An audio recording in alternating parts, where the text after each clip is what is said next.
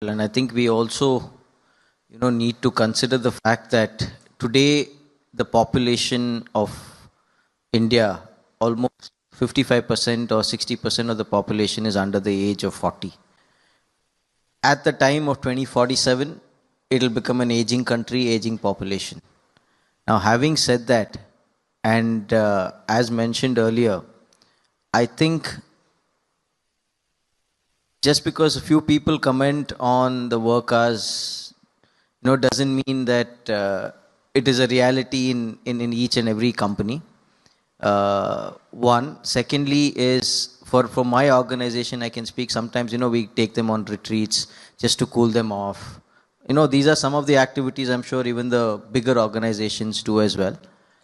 Now, coming back to the human index, I think it is very important that the country focuses more on education, employment, employability, and healthcare as well. Like mentioned, sanitation is one part of it, but then there are other aspects of healthcare and healthcare systems which can be technology driven, as we see in the Europe and the United States.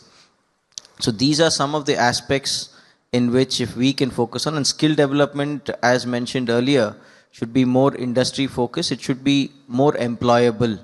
So having said that, and coming to the question of 2047, I think we should, have that within us that, I speak as a youngster, that nation first has to come into the picture in our minds. India is first, and whichever state you're from, that state is first. If we have that in our minds, I think regardless of who is at the helm of things in 2047, the country will be at a stage where we'll be the third largest economy in the world. We'll reach the target of $50 trillion. And I like to conclude by saying that, I'm a little bit of a positive person. I've heard everyone speak as well over here. Having said that, a couple of examples why I'm a little bit positive is the fact that we all went through the COVID, the entire, COVID pandemic. And when we went through that, with the population that India has, we developed 2 vaccines within no time.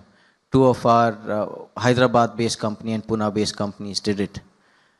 The logistics to deliver those vaccines is also an example.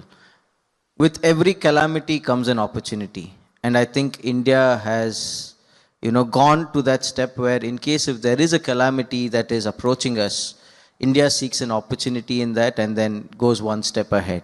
So that is one of the reasons why I, as a youngster, is positive that, by 2047, we can definitely reach our goals. And as Anup mentioned, we are in a digital economy. We have transformed our lives into digital economy. And as earlier mentioned, there are a lot of governance or government policies that are going e-governance. I know no country is 100% perfect. There will be changes. Development is a never-ending process. People's expectation is never-ending.